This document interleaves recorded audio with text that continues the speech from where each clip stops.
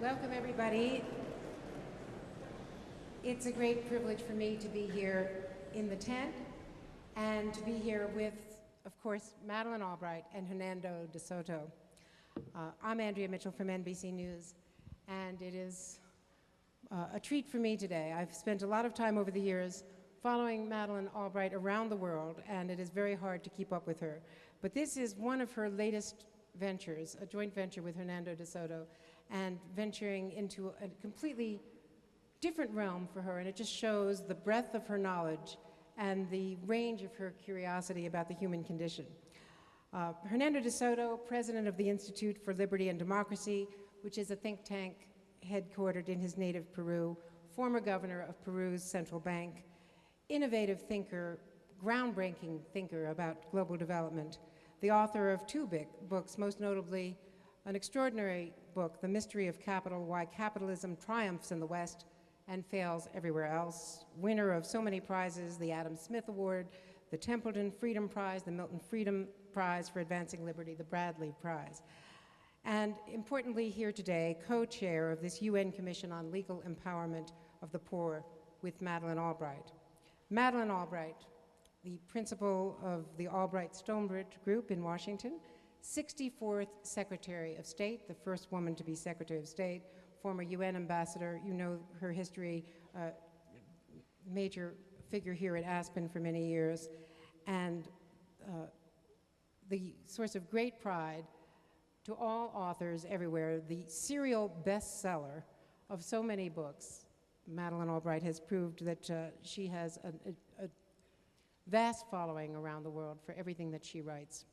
But Madeleine, Madam Secretary, the most interesting thing to me is what brought you two together, because frankly, you're an unlikely couple, and I think I know something about unlikely couples. So tell us the story of how the two of you met. Well, I wish I had a romantic involvement with her.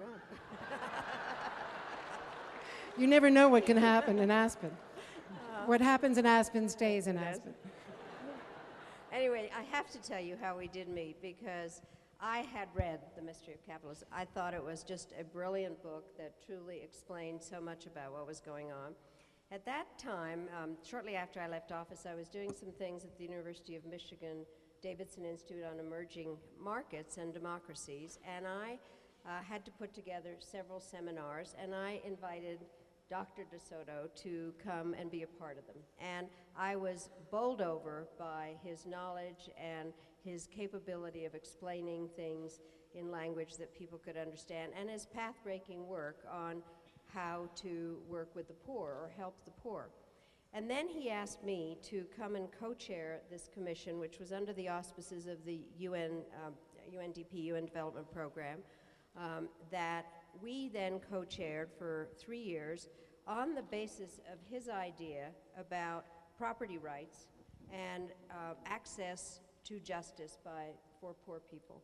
And it was a remarkable commission. We had 4 former presidents on it, and a former chairman of the WTO, and a number of people, assorted foreign and finance ministers, and we came out with this report, and I learned a great deal, and I think we really had created a template for how to deal with what I consider the greatest negative part of globalization, the growing gap between the rich and the poor. And it is more relevant now than ever. We're at a point in this global recession where we so often focus on the effects here in the United States.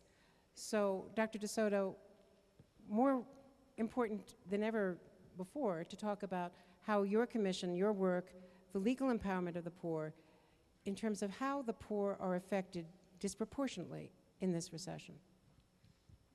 Well, there's various sides to this and to the report that we brought out with Madeleine, which will become more relevant as time passes, which was essentially, to continue with what Madeleine says and coming back to your question, which is that most people in the world own things, but they don't own them legally. You remember David Lean's film on Lawrence of Arabia, Omar Sharif coming on a camel and then shooting somebody that's next to a water hole with Lawrence of Arabia, who's Peter O'Toole, and he shoots him down and says, well, why did you do that? And he said, because he was drinking my water. Everybody owns something. everywhere, in the most primitive parts of the world. But the fact of not knowing it legally leads to trouble. It leads to violence. All the wars you see basically in Africa and the Middle East, even in my part of the world, are essentially conflicts over territory. Yet Article 17 of the Declaration of Human Rights says everybody has a right to property, but it's not defined how you get it. And 4 billion people in the world don't get it, and our report is about how they should get it. How can they get it? In a practical manner of speaking, why will oligarchs or countries, leaders, give up their rights to certain property to empower the 4 billion people who have no rights? Well, in many ways, it's a win-win situation, because partially what has happened, and we spend a lot of time talking about a formal economy and an informal economy, and an informal economy doesn't really count in terms of what the gross national product is, and it doesn't allow a government to have access to tax money in order to build infrastructure. And the truth is that every country needs to have identified citizens, and a lot of people have no identity. That's what we found out. And so if, in fact, you create a system whereby people are part of a tax system and contribute to the growth of the economy, it is a win for the government, and for the people themselves, they then are capable of running their own lives and having control over what they do own and who they are. That was part of it. We found out there were people that didn't have an address. They don't have any way of identifying and being real people. So that's why we broadened Hernando's idea about property rights to also access to justice. I look at Justice Breyer there. Justice Kennedy was on our commission. I was stunned. All of a sudden I get a paper, nice parchment from the chambers of Justice Kennedy. He actually wrote out what he thought the rule of law should be, and it formed the basis of a lot of what we were doing. How do you translate this into practical action in Peru? Well, it's actually something we do all the time. And to address even this question, your last question, is that I think, coming from Latin America, I'm a third worlder, that the West takes for granted what property means. You're so used to it. It came into place, your great-granddaddies did most of it throughout the 19th century, and you forget that it really underpins everything that you do. It gives, as Madeleine says, it gives you an address. I mean, when you want to identify yourself, you need your name, and the second thing you need is an address. All your credit systems are based on assets that are legally recorded, which allows you then to collateralize things. So you've got everything in the United States actually recorded and identified. Every boat, every airplane, every piece of land, every building, all your shares, all your bonds, everything is recorded. The day you forget to record something, like for example your derivatives, $600 trillion of it, then you get into trouble. There seems to be some knowing recognition out here. Well, yes. Well, this is important to understand. It's because you take it for granted. All of a sudden you decided that these derivatives were contracts and not property. And you decided that it didn't need to be regulated, it didn't really need to be recorded. And then after a while, you all of a sudden find out that when something goes wrong, just $1 little trillion of a subprime market, but behind that there's $600 trillion of so-called derivative paper, and you can't find who's got the bad paper, who's got the toxic waste, which bank has it, and maybe they're all insolvent. And then you have to pour in $3-4 trillion into your economy to actually lift those banks without getting to the heart of the matter, which is who's got the bad paper. So developing countries are really basically countries with bad paper. They are in a chronic recession. Nobody knows who owns what. And that's where our wars come from, and that's the reason we can't build up credit and we can't build up capital. How do you take that leap? You're in a favela somewhere in Latin America. You own something, but it is not recorded. How does that become a legal property right? Who is willing to give you the right to that property and give you credit, give you a mortgage, give you standing in the world? Well, the way it starts, I was listening just before, in what little time I had, in the back room there to the conference on the genome, where it said all information's out there. Well, all of a sudden, a lot of clever people realized that putting it together and seeing how one thing relates to the other really gives you the global vision of everything. So the way it begins is when somebody, for example, starts discovering a lot of oil in Alaska, and you know that there are a lot of Eskimos and Inuit that have igloos and little holes, etc., but you're not going to get your pipelines through, and you're going to have a tremendous social war if you don't identify it, that you then begin looking at their own records and their traditions, and you start recording them in a way similar to the genome, and you get the DNA of the place, and you then start the titling. Everywhere in the world that we've gone to, the places that Madeleine and I have been focusing, mainly Africa, we haven't come across one place, one tribe, that doesn't actually have a record system, but it actually is isolated from the rest. In Tanzania, for example, we've surveyed 26 districts with 950 researchers, and we didn't find one cow, one bull without a brand. The trouble is that there were a lot of anthropologists who had written hundreds of books saying that these were tribal people and they didn't have property rights because they were involved in this left versus right discussion in the United States, which obviates the fact that we all need property rights, whether right or left.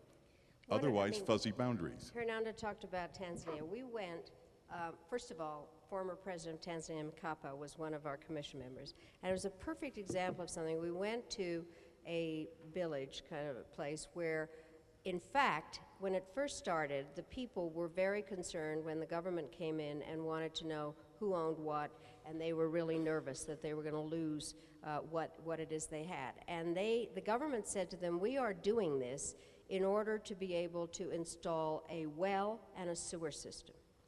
And so ultimately they got the people in the village to trust the government people. And when we went back there, the people said, as a result of our being able to get this titled and to get an acknowledgement that we owned it, we now have a well and a whole sewer system. But it takes some kind of a relationship to develop it.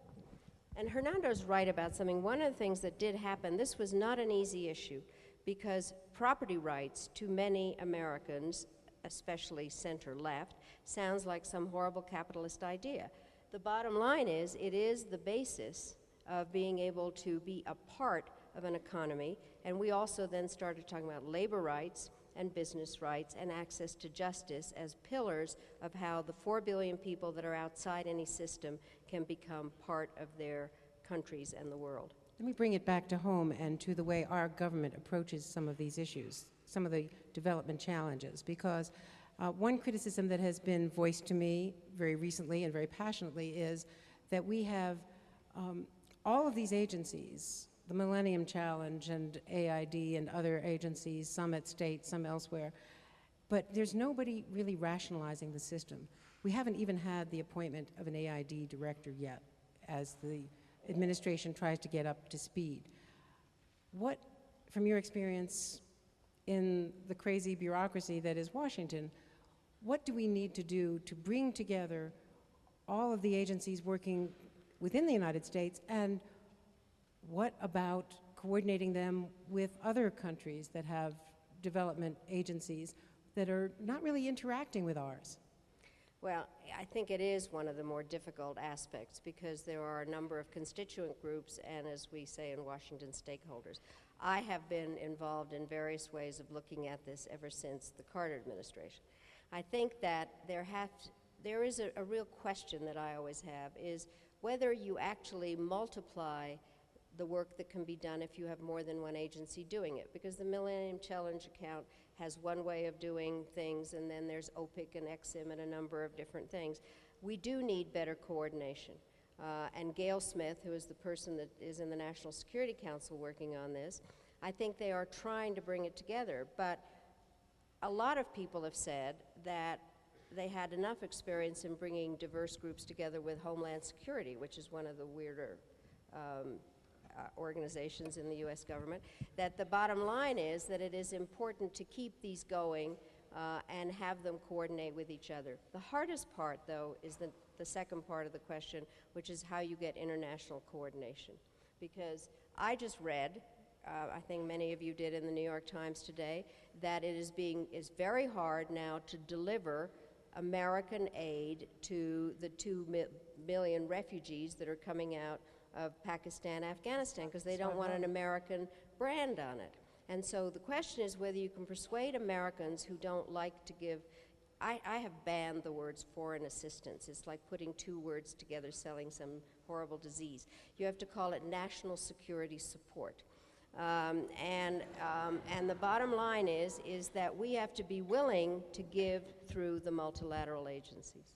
It reminds me of one of the first stories I covered when I first covered the White House was the Peacemaker. The MX missile was the Peacemaker. Same difference.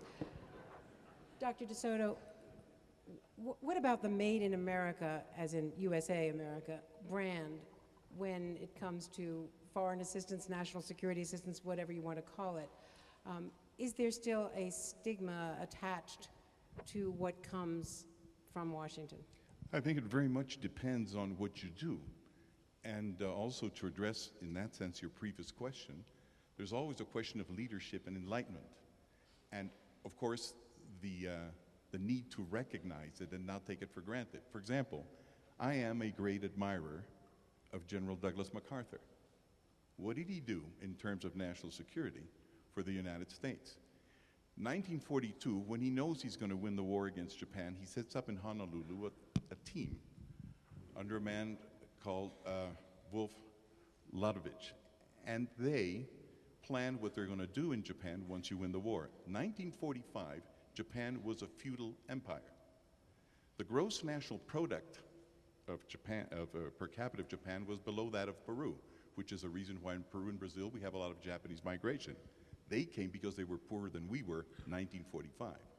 What they did was support the Japanese groups that wanted to disempower the feudal class, empower simple people, and create private property where there was traditional and customary property. What did they do? They found out that in every village, whoever were the serfs or the villains actually were recorded, not as property owners, of course, but as users of the land. They transported that into records and created the most powerful market economy in Asia.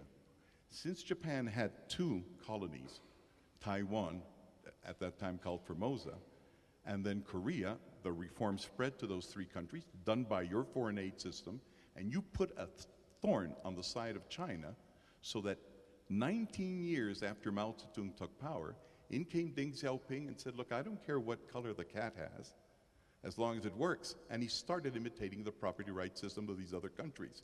You actually started flipping Asia around 1945. I haven't read an American book that pays tribute to all of this. So you've got to become conscious of what you take for granted. You do it right once in a while. You've just got to remember.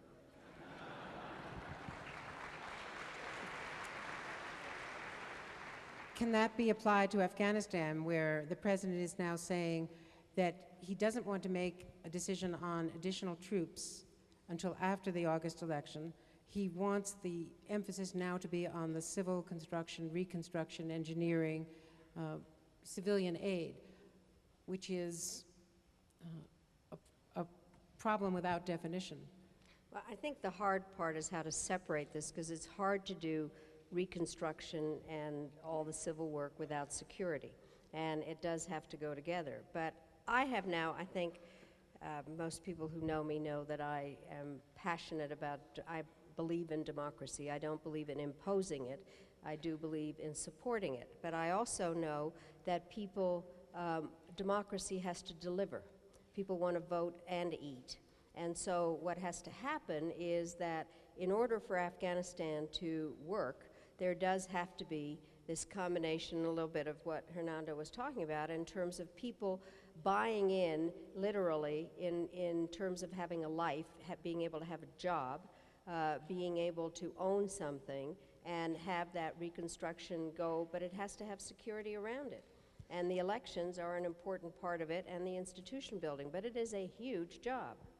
I think you're right on that question, Andrea, and just to continue what Madeleine is saying, in the case of Afghanistan, the first thing to understand is that, in effect, the legal title to the land, or that which can be enforced, belongs to landlords. And under them, you've got all of those little people which made California, Colorado. They're there, waiting. And obviously, the other thing you've got to understand, which we did when we were fighting the Shining Path in Peru, the reason we won our war in 12 years to convert them into a little minority stuck in the jungle now, is because we discovered that nobody reads Marx. It's 52 volumes, half of them in German. They still haven't even been translated to English. It's very complex.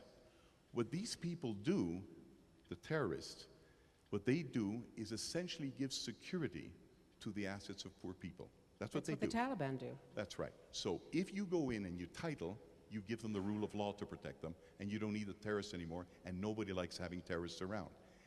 When you were hit at 9/11, for example, an atrocious thing, you were able to catch just about in 3 days all of the terrorists that had been living in the United States, because you had all the records of where they were being trained for airplanes. You had all the records of all the motels they were living in. You caught them in 3 days.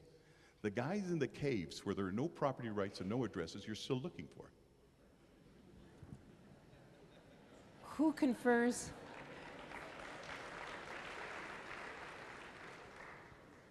Who confers titles? Government. And- Sovereign power, always. And why will governments be willing to grant title to previously untitled land? They do all the time.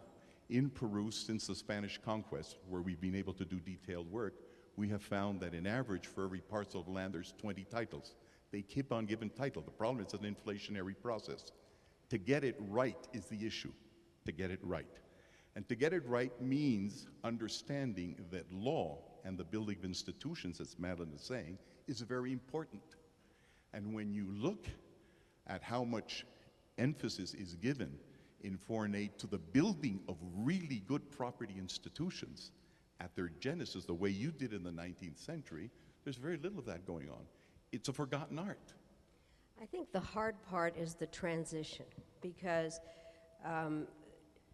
from the informal to the formal economy, and that it's a little bit like a trapeze artist of waiting for the other bar to come towards you, because the question is, once you are titled and a part of the system and you are able to get some benefits from the infrastructure as well as go out and get a loan on the land, collateralize it, and then be able to go buy fertilizer or do whatever you want, that the result is great, but until you get there, you are in this kind of limbo of being afraid that whatever you have will be confiscated, or that you actually will have to start paying taxes before you have the collateral. And it's that, I mean, that's what we talked about, is the transition part is difficult. It's a little bit, frankly, without getting into a totally different debate, on what it's like to be an illegal immigrant.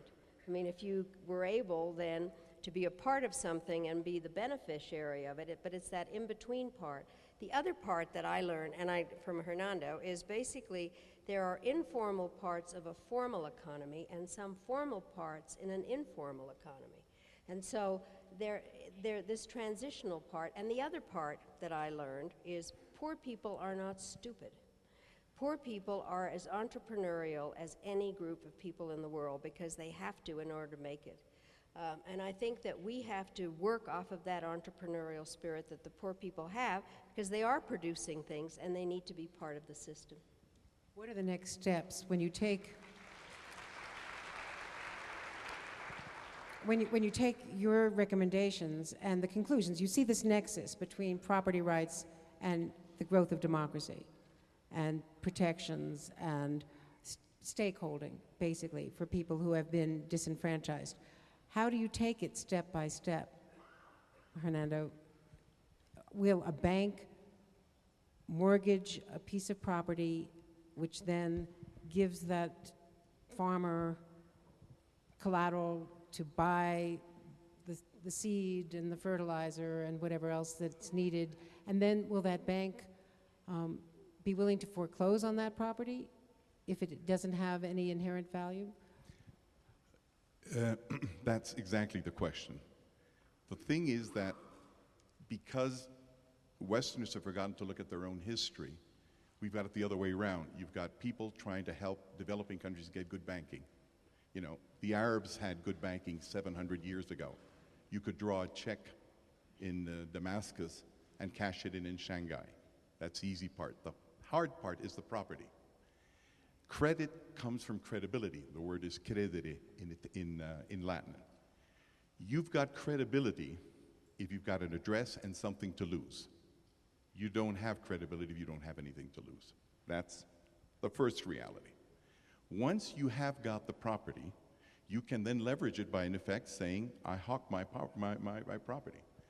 And then somebody will say, but you're then going to take away the assets from the poor.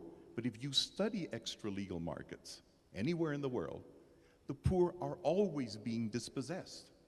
And they're being more dispossessed where they don't have title than where they do have title, because a title at least allows them to make a deal and to risk accordingly. So, in effect, if you start giving everybody the assets or legal ownership and allow them then to use it in a variety of ways for identification, for getting credit, for getting recognition, for building up collateral, then at that moment you can start creating your credit market, as long as you're always tether that asset to the paper.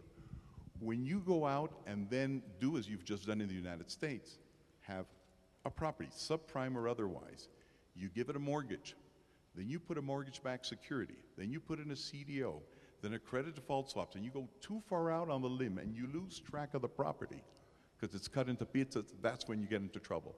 As long as your paper is closely related to the guy who's going to lose it, you can't lose. There's another part to this that we are all looking at. We have a food crisis in the world. I think yesterday it was put out that there are now 1 billion people that are hungry.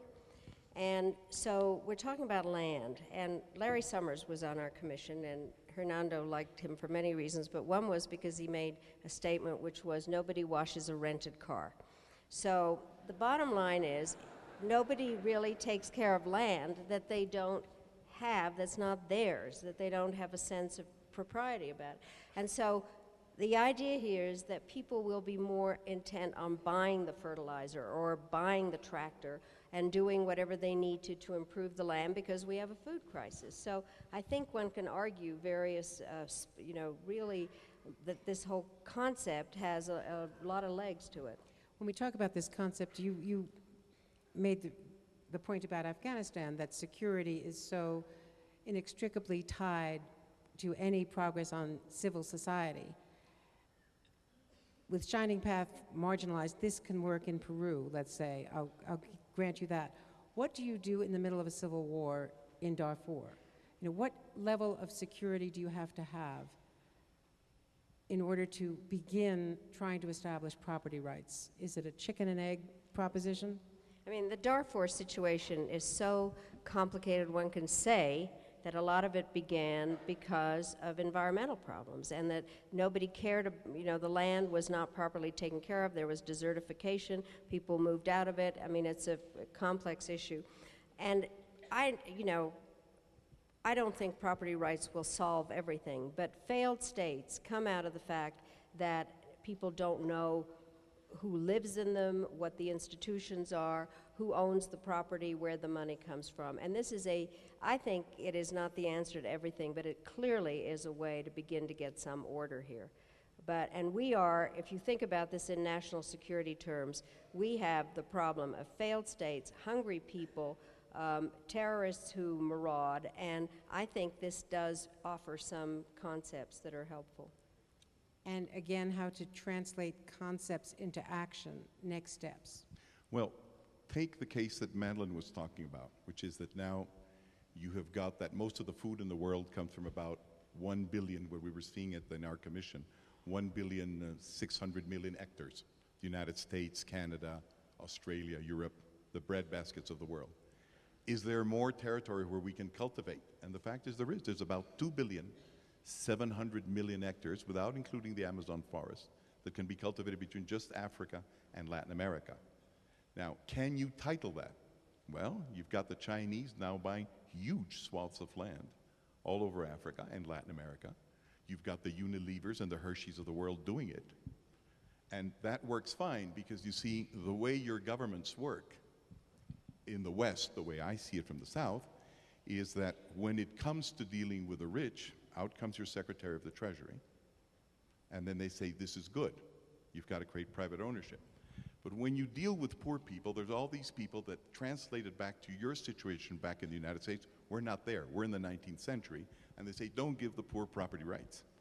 So what will end up is you'll have all of Africa and all of Latin America owned by large local and foreign corporations, and then our people and the shining path and Al-Qaeda will come back. You've got to find a way of bringing your left and your right together to understand that empowering poor people with what seems like a right-wing concept by giving them rights was what destroyed the feudal system and the kings of the world. Once you have gotten the people at the bottom taking care of the people at the top, then we move into the 20th century and we can look about right and left. But for the moment, it's up and down. And you've got to give the little guys a chance at it, or the big guys will take over. The other part of this that we found useful is to do with women and inheritance laws. I mean, that is the big question that we dealt with in terms of how to make sure that women could inherit land and then work out a lot of that. The other part were with indigenous peoples. And you're looking at what's happening in certain countries in Latin America, in Peru and Bolivia and various places, so that we looked at it in ways of how you take traditional law and then also trying to move it forward in order to get more equity and equitable aspects. This is not simple. You keep rightfully asking how you get from here to there, but at least we have the here. One little anecdote there I think that Madeleine likes very much is the one, about how do you give poor people what they've got. The fact is that the law doesn't begin with a code. The law is already there in a semiotic stage. All the signs are available. At a time, Madeleine likes a story, which was true. It was called in by the Indonesian government when I was taking holidays in Bali. And they said, how do we find out who owns what? Because we really want to do this. We want to avoid another revolution. And I told them, well, Bali is the most beautiful place in the world I've seen, probably aside from Aspen. And you keep on walking and walking and walking. But for just about every 200 yards, a different dog barks. So the Indonesian dogs know exactly where the boundaries are. The fact is that there are records, dogs barking, signs on trees. That's what you did. The United States throughout the 19th century did the most interesting revolution I've ever read. It's called 32 Preemption Acts. Gradually, against your own Supreme Court, you started recognizing that so many trees that were cut down in Colorado to make a log cabin constituted property right. 800 mining claims in California, done with 3 million Americans who came from the continent to California that didn't belong to you, belonged to Mexico. But you settled it anyhow, and then you found out where the borders were, and you decided, well, every stake, every hole, every cabin is a sign of this, and then you codified it. It's really not that difficult. When you were just talking about different societies and different rules of law, it brought to mind one of the questions that came to us last week was many of us watching what was happening in Iran.